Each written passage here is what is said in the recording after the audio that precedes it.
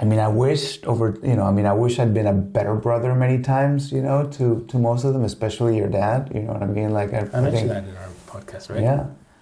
Yeah, I think so. Yeah, the fact that you and Teresa have always somehow adopted the older brother mentality, even though Teresa's like almost 3 years younger than me, right?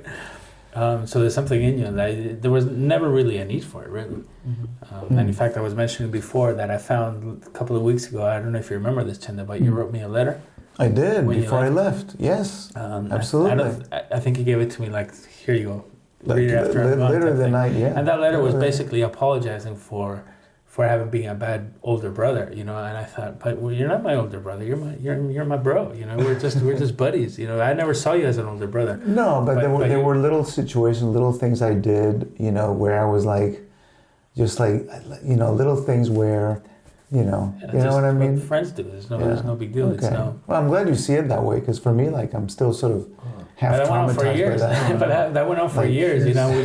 For a long time, until like maybe 20 years ago. I'm not saying until we stopped being teenagers.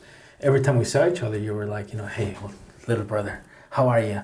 What can I do for you? Yeah, look, are you looking better? Are you working now? And I'd be like, what? I'd be like, dude. Don't treat me like a to me it was just like meeting up with a really good old friend rather than an older brother who had to mentor me. And I think that affected you more than it affected me. Yeah, because I really never saw you like an older brother. I saw us three as the trifecta, the three buddies that helped each other out, but as friends, not as older brothers or your younger brothers or anything. Honestly, maybe that's a good. Why do you see it that way? I do have like a take that will help you reframe it, right? Okay. Being like kind of forced into a situation where you need to like step up and like kind of be like a parental figure for like 4 younger siblings.